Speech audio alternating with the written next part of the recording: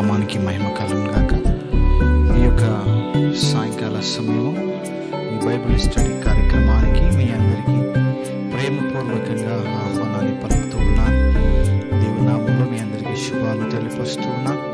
Facebook live అలాగే YouTube live ద్వారా వీక్షిస్తున్న మీ అందరికీ దేవుని నామంలో సంఘం తరఫున శుభాలు పలుకుతూ దైవాశీస్సులు మీరు పొందుకోవాలని ప్రభు నామంలో తెలియపరుస్తూ ఉన్నాను. ప్రార్థించుకొని దేవుని నామాన్ని మహిమపరుస్తాం. పరిశుద్ధుడా వందనాలు.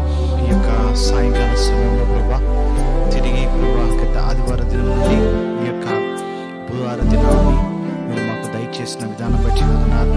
ఉదయకాలం ప్రభా జరిగిన ప్రభా ఈ యొక్క పాస్టర్స్ ఫెలోషిప్లో మీ సన్నిధి ఉంచారు. తిరిగి బైబిల్ స్టడీ కార్యక్రమంలో మీ సన్నిధి మాతో ఉంచినందుకు మాకన్నా ముందుగానే పరిశుద్ధాత్మ సన్నిధి ఇక్కడ చేరిన విధానం బట్టి వందనాలు. ఇక్కడ చేరి ఉన్న ప్రభా దైవజనుని బట్టి మరి బావగారిని బట్టి వందనాలు. మరి ఇంకా ప్రభా దీన్ని వీక్షిస్తున్న వారిని బట్టి స్తోత్రాలు. నామైన వారిని బట్టి వందనాలు. ప్రభా ఈరోజు ప్రభా పుస్తక కార్యంలో నుండి మరొక అధ్యాయంలో కొన్ని సత్యాలను ధ్యానించటకు మీరు ఇస్తున్న అవకాశాన్ని బట్టి వందనాలు. ప్రభా దైవజనుని వాడుకోండి. ఈ సమయంలో ప్రభా మీ యొక్క గీతాలను మేము పాడుతున్నాం. మా నోటికి మీరు ఉండండి. స్తోత్రాలు వందనాలు తెలియపరుస్తూ ఉన్నాను. సమస్త మహిమ సమస్త ఘనత మీకే చెల్లాలని యేసు ప్రభుల వారి ఉన్నత పరిశుద్ధ నామములో ప్రార్థన అడుగుతున్నాము తండ్రి. ఆమేన్, ఆమేన్, ఆమేన్.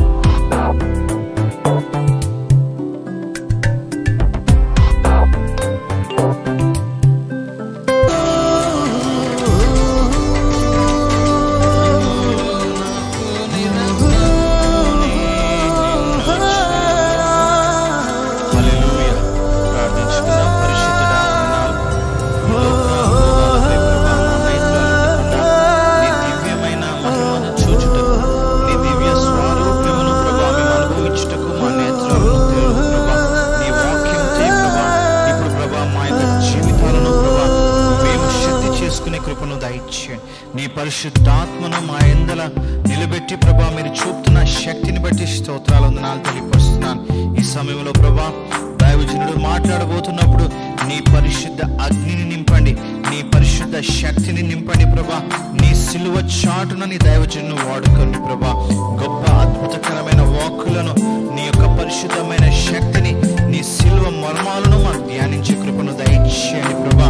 పాడిన పాటను బట్టి వందనాలు, వాయిద్యాలు వాయించిన వారిని బట్టి వందనాలు తెలియపరుస్తూ సమస్త స్తుతులు మీకే చెల్లించుకుంటూ నజరేయుడైన యేసు నామములో స్తుతి ప్రార్థన అడుగుతున్నాం తండ్రి. ఆమేన్, ఆమేన్.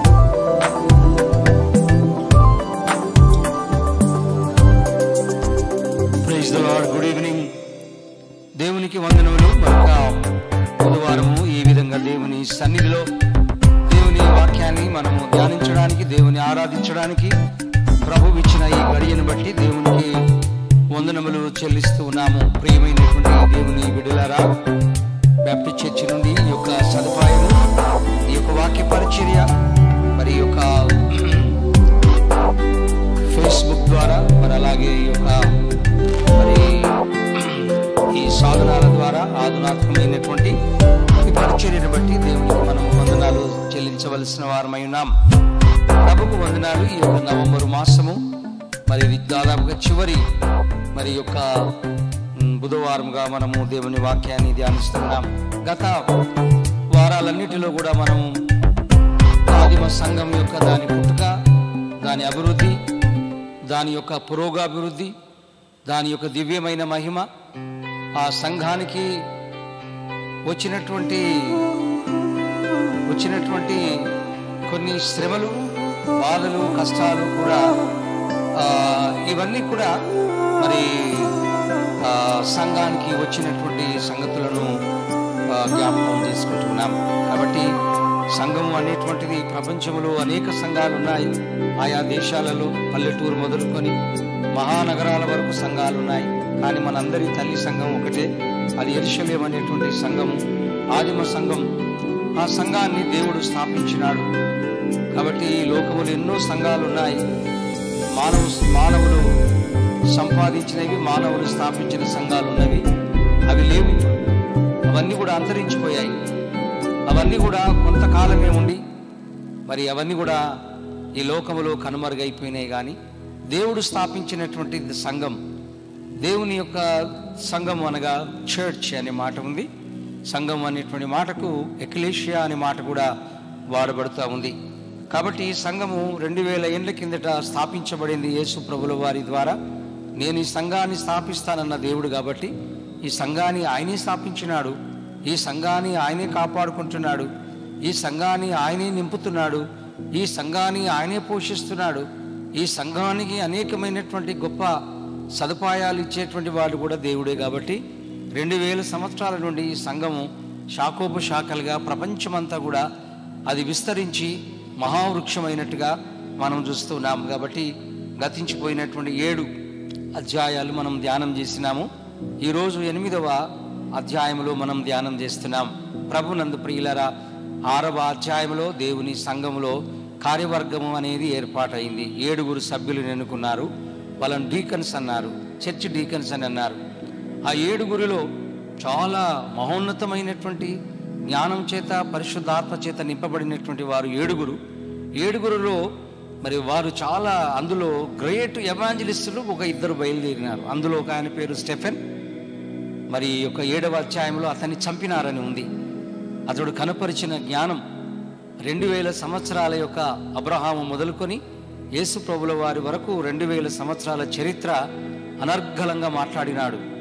ఎవరితో మాట్లాడినాడంటే సన్హెద్రిన్ అనేటువంటి సభలో 70 మంది స్కాలర్స్ మధ్యలో నిలబడి ఆయన మరి యొక్క 2000 years యొక్క హిస్టరీ ఆయన చెప్పినప్పుడు వాళ్ళని ఒక మాట అన్నాడు, ముష్కరులారా, అంటే ఇంత గొప్ప సత్యము మీరు గ్రహించనటువంటి వారలారా అని చెప్పి ముష్కరులారా అని అనటంతోనే వాళ్ళు కోపపడి స్టెఫెనును రాళ్లతో కొట్టి చంపారు అని ఉంది.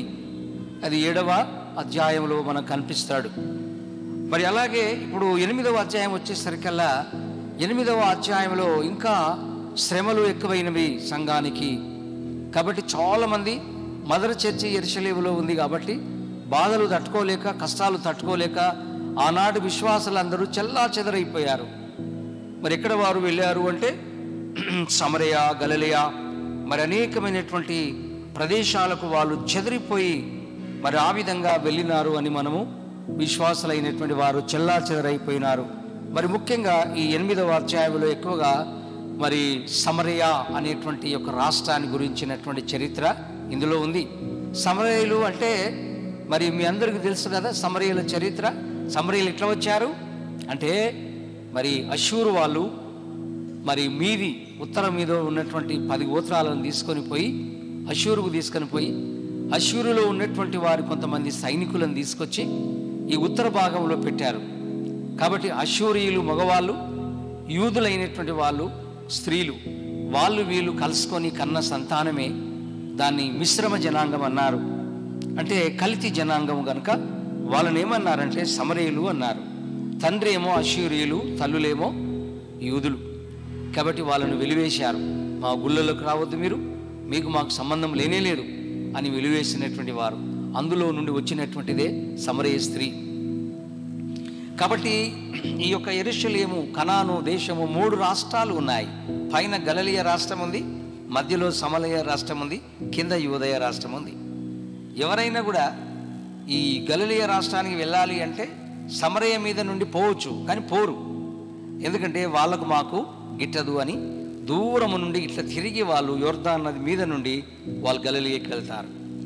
గలిలయులైనటువంటి వారు కూడా యూదా రాష్ట్రానికి రావాలంటే మధ్య సమరయలో ఉంది కదా, దాని మీదకి వెళ్ళి వారు రారు. కాబట్టి వాళ్ళు అలాగ తిరిగి వచ్చేటువంటి వారు. కాబట్టి సమరయ రాష్ట్రానికి రాకపోకలు తెగిపోయాయి. ఎవ్వరూ అక్కడికి వెళ్ళకూడదు, వెళ్ళరు, దాదాపుగా వెళ్ళరు.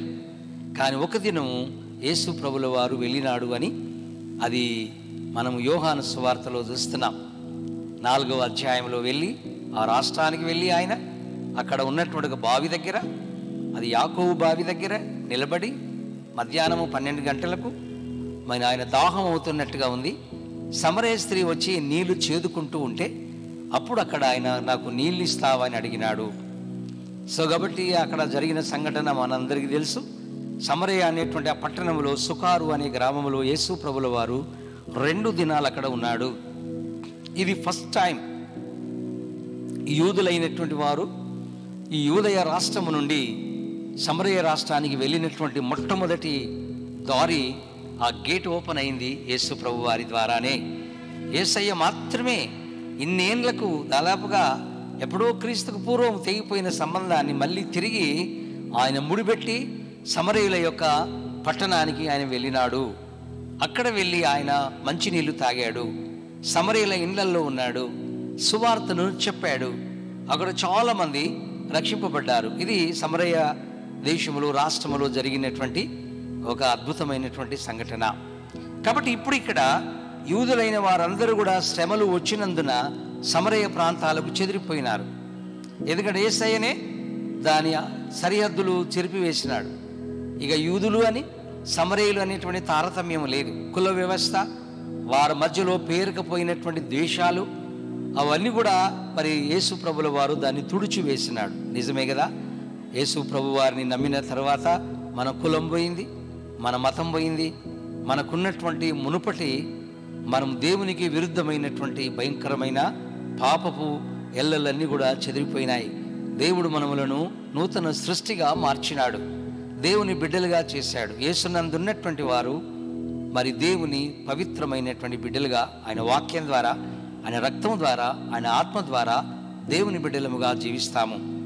దేవుడు క్రైస్తవులు అనగా కొత్త జనాంగాన్ని ఈ భూమి మీద స్థాపించినాడు. ఈ భూమి మీద ఎన్నో గోత్రాలు, కులాల మధ్యలో విడిపోయి ప్రజలు ఒకరికొకరు బుసలు కొట్టుకుంటున్నారు. ఒకరింటికి ఒకరు వెళ్ళరు, ఒకరికి ఒకరికి సంబంధాలు లేవు, ఒకరి ఇంట్లో ఒకరు భోజనం చేయరు, ఒకరి వాడలలోనికి మరొకరు వెళ్ళరు. ఎంత వ్యత్యాసం కదా సైతానుగాడు చేశాడు. కానీ యేసు ప్రభుల వారు మళ్ళీ తిరిగి అవన్నీ కూడా చెడగొట్టినాడు. యూదుడనియు, గ్రీసు దేశస్థుడనియు, ఎల్లేనీయుడని భేదము లేదు, మనందరము దేవుని బిడ్డలమే అనేటువంటిది యేసు ప్రభుల వారు మనకు బోధించినాడు. సో కాబట్టి ఇక్కడ సమరయ ప్రాంతాలకు అందరూ వెళ్ళిపోయారు. ఆ సమరయ ప్రాంతాలలో చాలామంది అక్కడ జీవిస్తూ ఉన్నారు. ఎంత అద్భుతం కాదు, ఎంత గొప్ప మతోద్ధరణ జరిగింది, ఎంత పెద్ద సంస్కరణ జరిగింది కదా. ఎంత పెద్ద మనుష్యుల మధ్యలో ఉన్నటువంటి గోళ, కుల వ్యవస్థ, మత వ్యవస్థ, మరి వారి మధ్యలో బుసలు కొట్టేది ద్వేషమంతా యేసు ప్రభుల వారు తొలగించినాడు. దేవునికి స్తోత్రం, హల్లెలూయా. సో కాబట్టి ఈ యొక్క 8వ అధ్యాయంలో మనం చూసినట్టయితే యూదులైన వారందరూ కూడా వెళ్ళి ఆ సమరయ ప్రదేశాలలో, గలిలయ ప్రదేశాలలో షెల్టర్ చేసుకున్నారు. అక్కడ వాళ్ళు తలదాచుకున్నట్టుగా వాక్యంలో ఉంది, చూసారా. సో కాబట్టి ఇక్కడ ఇప్పుడు ఈ సమరయుల దేశంలో 7వ అధ్యాయంలో చూస్తే మరి Stephen, he was a great the revival the evangelist, the 7th chapter. ఇప్పుడు ఈ 8th చాప్టర్లో చూస్తే మరొక ఎవాంజలిస్ట్, ఆయన పేరు మనం ఇక్కడ ఏముందంటే ఫిలిప్ అనేటువంటి ఆయన. ఫిలిప్ అనేటువంటి మాటకు అర్థం ఏమిటో తెలిసిన, అశ్వపుత్రుడు అని అర్థం. అంటే అశ్వం అంటే గుర్రం, ఎంత స్పీడ్గా పరిగెత్తుతుందో కదా. సో ఈ యొక్క పేరు కలిగినటువంటి ఫిలిప్ అంటే అశ్వపుత్రుడు, అంటే గుర్రము లాగా ఉన్నాడు ఆయన. ఎంత దూరమైనా పరిగెత్తినట్టుగా మరి యొక్క ఫిలిప్ యొక్క సేవను మనం చూస్తున్నాం. పరిశుద్ధాత్మ దేవుడు మరి ఫిలిప్పును వాడుకున్నట్టుగా అది అధ్యాయంలో మనము చూస్తాం. 7వ అధ్యాయంలో స్టెఫెన్ వాడుకున్నాడు. 8వ అధ్యాయంలో చూస్తే ఇప్పుడు ఇక్కడ మరి ఫిలిప్పును దేవుడు వాడుకున్నట్టుగా వాక్యంలో ఉంది. ఫిలిప్పి ప్రదేశాలలో ఒక ఆయన బయలుదేరినాడు. ఆయన పేరు ఎవరంటే గారెడు వాడైన సీమోను. అంటే ప్రజలను చమత్కారం చేస్తున్నాడు, ప్రజలను చాలా తప్పిప్పులు చేస్తున్నాడు. నేను దేవుని కుమారుణ్ణి, దేవుని ఆత్మ నేను కలిగిన వాడిని, నేను దేవుని శక్తులు కలిగినటువంటి వాడు, సూపర్ నేచురల్ పవర్స్ నాకున్నాయని చెప్పి అందరిని కూడా గోలగోల చేస్తూ ఉన్నాడు.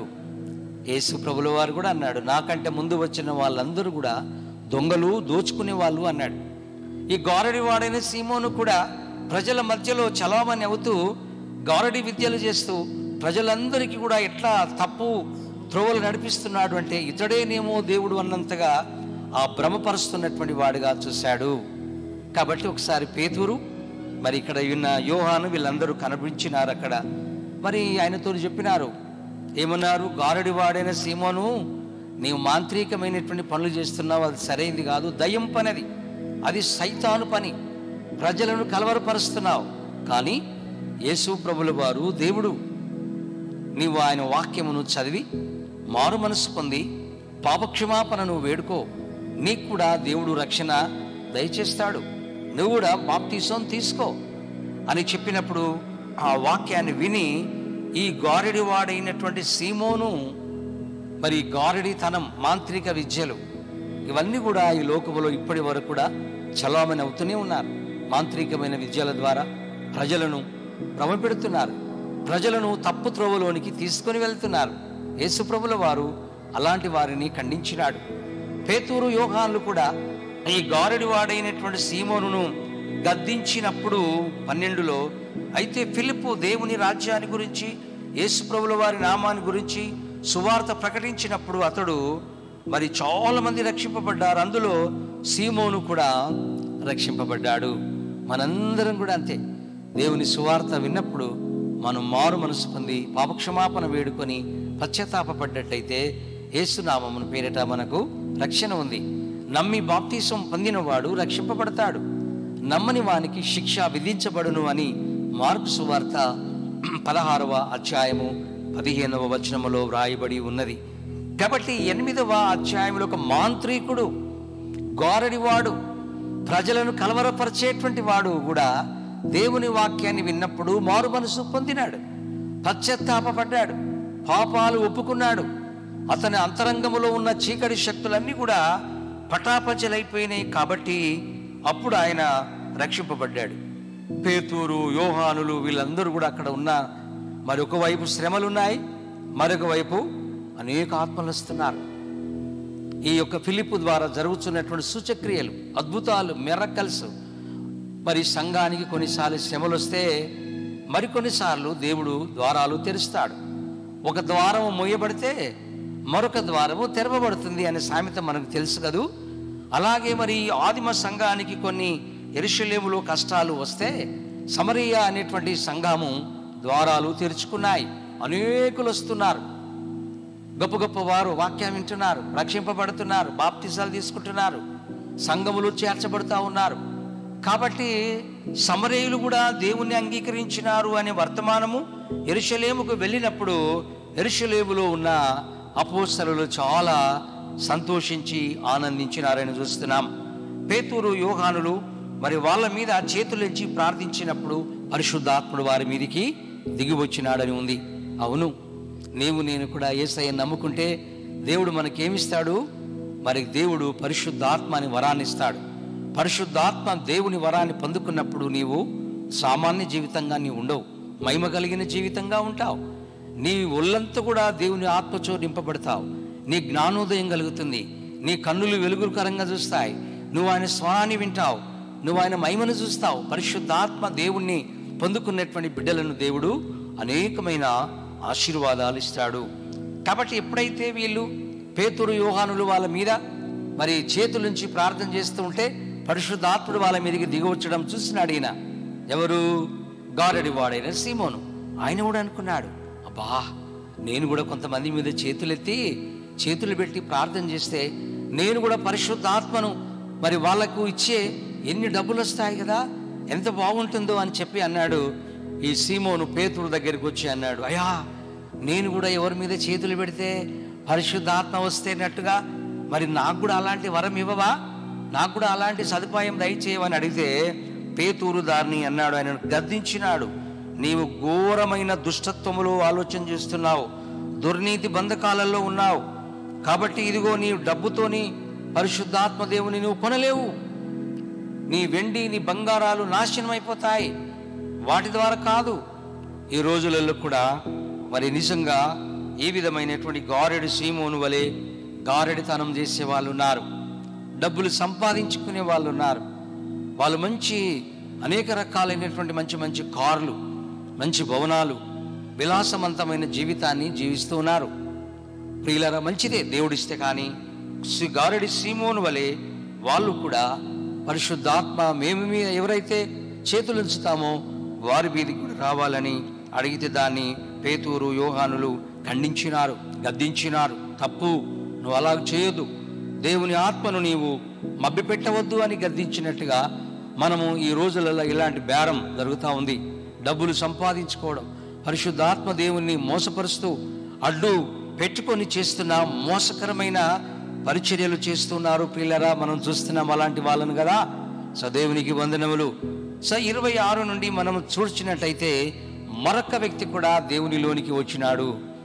గారడి వాడైనటువంటి వాడు కూడా దేవుని సువార్తమానం విని మారు మనసు పొంది బాప్తిసం తీసుకుని రక్షింపబడ్డాడు. ఈ అధ్యాయంలో మరొక వ్యక్తి కూడా దేవుని నామాన్ని అంగీకరించినాడు. యెరూషలేములో పండుగ జరిగింది. ఆ పండుగకు వచ్చి అనేక దేశాల వాళ్ళు వచ్చి వెళ్ళిపోతూ ఉండగా మరొక వ్యక్తి కూడా మనకి ఇక్కడ కనిపిస్తూ ఉన్నాడు.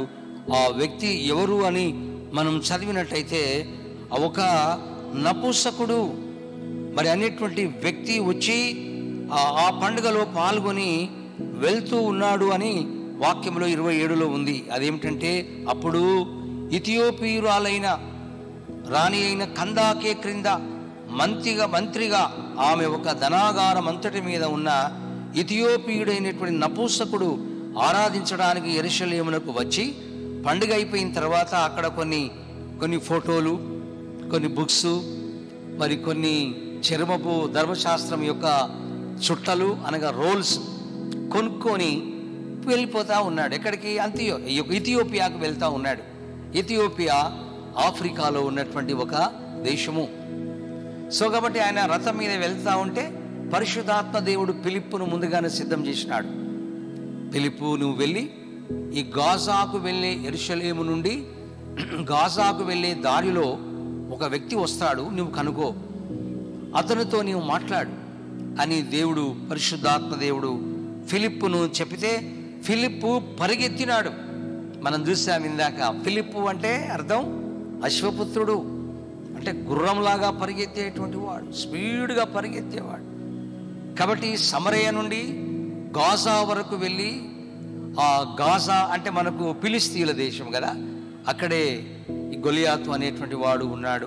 ఫిలిస్తీయులు కింది భాగం అది. ఈ యొక్క పాలస్తీనా దేశంలో కిందికి భాగం అది, మోయాబ్, గాజా అనేటువంటి ప్రదేశాలు. సో యెరూషలేము నుండి గాజా మీదుగా ఇథియోపియాకు వెళ్ళుచున్నటువంటి ఒక నపుంసకుడు రథం మీద బయలుదేరాడు. ప్రియులరా, ఫిలిప్పు పరిగెత్తి సమరయ నుండి గాజా వరకు వెళ్ళి ఆ హైవే రోడ్డు మీద నిలబడి ఉన్నాడు. చూసారా, పరిశుద్ధాత్మతో నింపబడినటువంటి ఫిలిప్పు పరిశుద్ధాత్మ దేవుడు పొమ్మనగానే పరిగెత్తి వెళ్ళాడు. ఆ రోడ్డు మీద ఆగినాడు. బిడ్డలారా, నేను కూడా పరిశుద్ధాత్మ చేత నింపబడినట్టయితే మనము దేవుని ఆధీనములో ఉన్నామా? దేవుడు ఎక్కడికి పొమ్మంటే అక్కడికి పోతామా? ఏది చేయమంటే అది మనం చేస్తామా? దాన్నే ఆత్మ భరితులై ఉండడము. మీరు ఆత్మతో నింపబడండి అంటే ఏంటో తెలుసా? పిచ్చి అరుపులు, కేకలు, పెడబొబ్బలు కాదు. పరిశుద్ధాత్మ దేవుడు అల్లరికి కర్త కాదు. పరిశుద్ధాత్మ దేవుడు మరి నిన్ను నింపినాడు, నీ మీద ఆవరించినాడు, బలంగా నీవు ఉన్నావు అంటే అర్థం ఏంటో తెలుసా? దేవుడు ఏది చేయమంటే అది చేయాలి. ఎంత దూరమైనా వెళ్ళాలి, ఎంత దూరమైనా పరిగెత్తాలి. సమరయ నుండి గాజా వరకు ఫిలిప్పు పరిగెత్తినాడు. పరిగెత్తి ఆ హైవే మీద నిలబడ్డాడు. ఒక రథం వస్తూ ఉంది. దేవుడు చెప్తా ఉన్నాడు ఆయనకు, ఫిలిప్, వస్తుంది రథం. ఆ రథములోకి ఆయన కూర్చున్నాడు.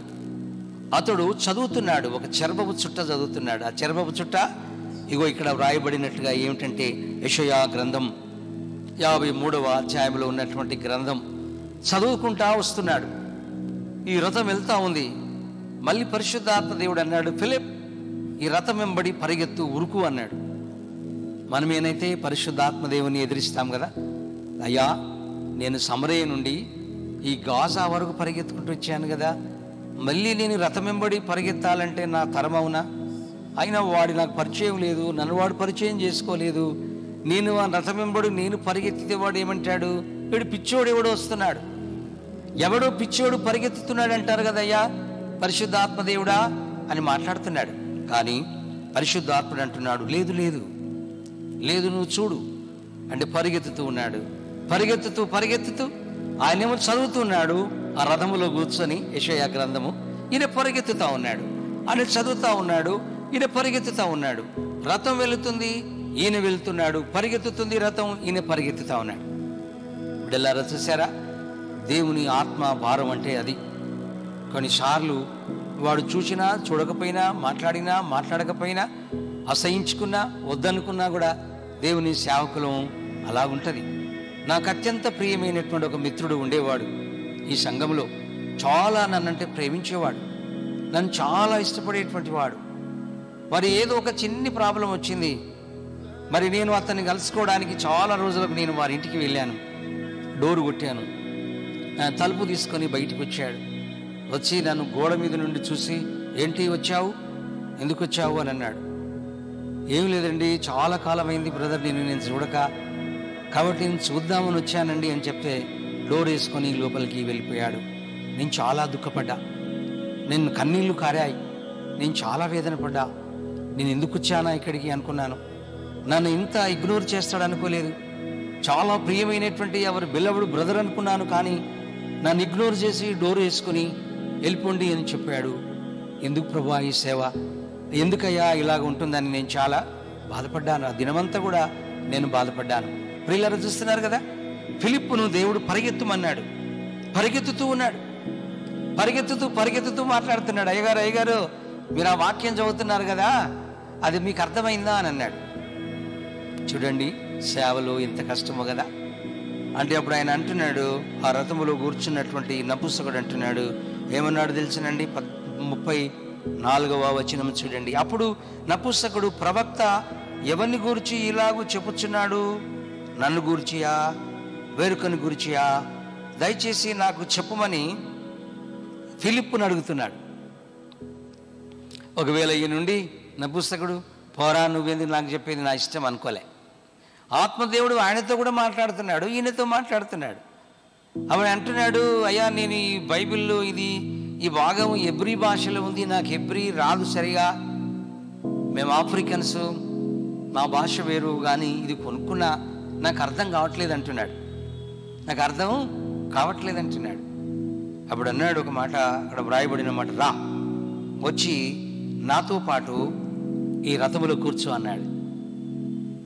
ఇప్పుడు ఎంత చక్కని సంతోషంగా ఉంటుంది కదా ఫిలిప్పుకు. రథం ఆపగానే రథములో ఎక్కి కూర్చున్నాడు.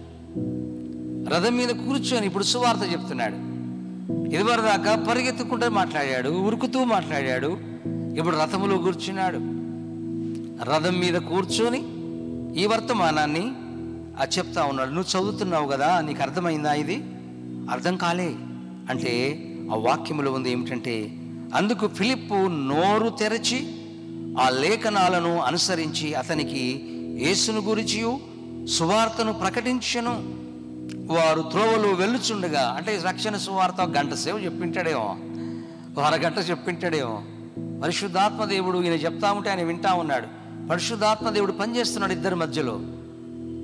నీవు కూడా అంతే, సువార్త విని మారు మనసు పొంది పాపాలు ఒప్పుకొని బాప్తీసం తీసుకుంటే రక్షింపబడతావు నీవు అని చెప్పగానే అప్పుడు అన్నాడు, రథం ఆపు అన్నాడు.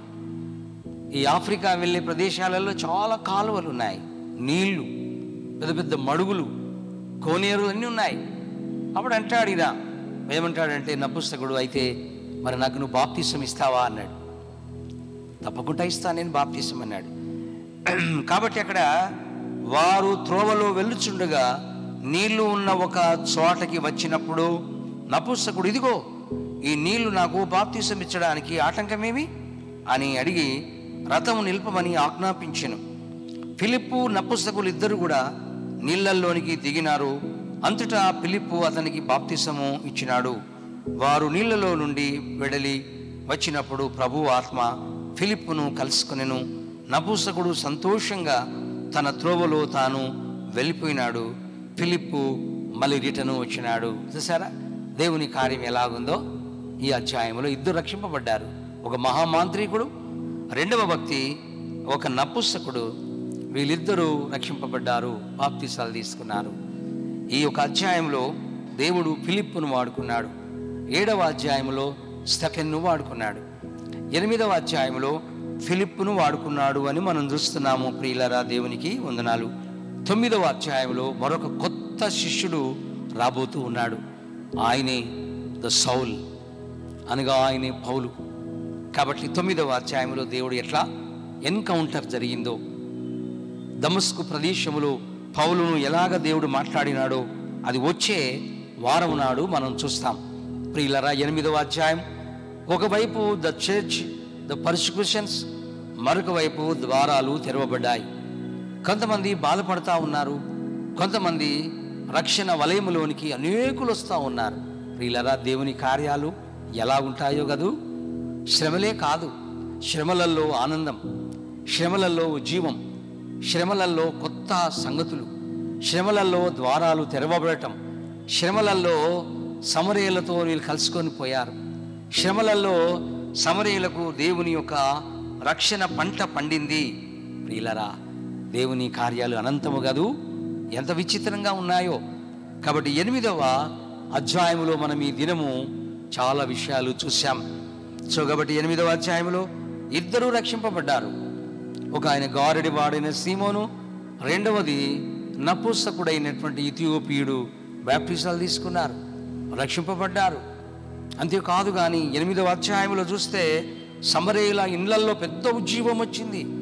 చాలామంది వచ్చారు, దేవుణ్ణి వారు అంగీకరించుకున్నారు, ప్రభును వారు ఒప్పుకున్నారు. కనుక సమరయ రాష్ట్రములో very the great the revival, అనేకులు ద న్యూ పంట, అనేకులు దేవుని తెలుసుకున్నారు. యూదయ రాష్ట్రంలోనే కాదు, క్రైస్తవులు సమరయ రాష్ట్రాలలో కూడా ద్వారాలు దేవుడు తెరిచాడు. బంధకాలు తెగిపోయాయి. ఎప్పుడు 7వ శతాబ్దంలో 6వ శతాబ్దంలో ఉన్న ఆ సంబంధం వాళ్ళకి వీళ్ళకు తెగిపోయిన సంబంధాన్ని యేసయ్య వచ్చి సమాధానపరిచినాడు. ఆయన జీవప్రదాత, ఆయన శాంతి దూత, ఆయన సమాధాన రక్షకుడు. ఈ లోకాన్ని అంతా ఇంకా సమాధానపరచడానికి దేవుడు ఈ లోకానికి వచ్చాడు. తన ప్రేమ కలిగిన సువార్త ద్వారా అనేక రకాలైన మనుషుల మధ్యలో ఉన్న కులతత్వం, మతాల తత్వం, ద్వేషాలు, అల్లరులు, కుట్రలెన్నో ఉన్నాయి. అవన్నీ కూడా రూపుమాపడమే దేవుని యొక్క సువార్తమానము. 8వ అధ్యాయం మీరందరూ విన్నారు కదూ. ఈ అధ్యాయాన్ని గురించి మీరు ధ్యానం చేయండి. ఫిలిప్పును దేవుడు వాడుకున్నాడు. 9వ అధ్యాయం వచ్చేస్తే మరి మరొక అద్భుతం జరగబోతుంది. స్టెఫెన్ లేకపోతే ఈ యొక్క సౌలు జీవితాన్ని దేవుని చేత పట్టబడ్డట్టుగా మనం జ్ఞాపకం చేసుకుంటాం.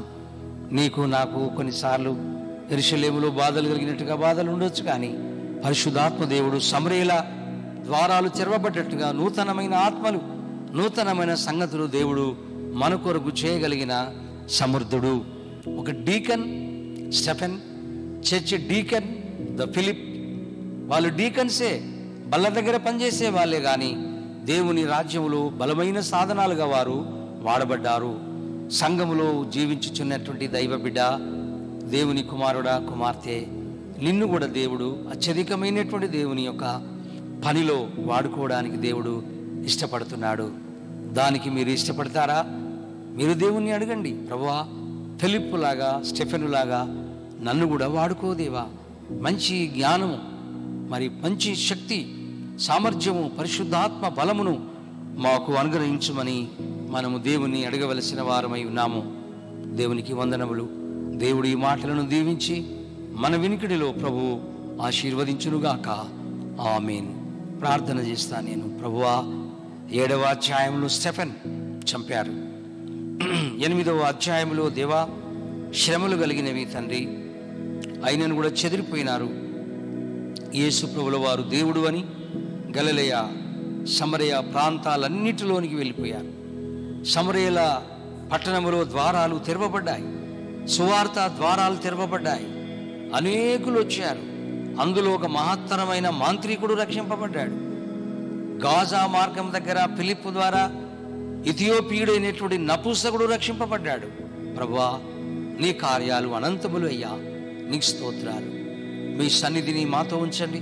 ఈ సంఘములో ఉన్న ప్రతి విశ్వాసిని, ప్రతి సంఘ నాయకుని, నాయకురాలను, దైవ బిడ్డలందరినీ కూడా మీరు దీవించి స్టెఫెన్ వలె, ఫిలిప్పు వలె మమ్మలను వాడుకోమని మా ప్రభు రక్షకుడైన యేసుక్రీస్తు జీవం కలిగిన నామమును అడిగి వేడుకొనుచున్నాము ప్రియ తండ్రి.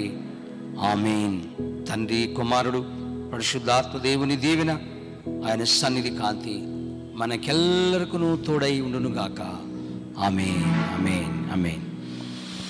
ఆశీర్వాదం మా మీద వర్షింపచేయుమిషా, ఆశతో నమ్మియున్నాము నీ సత్య వాగ్దాతము ఈ మహిమీద కుమ్మరించుము దేవా క్రమర ప్రేమ వర్షము కుమ్మరించుము దేవా.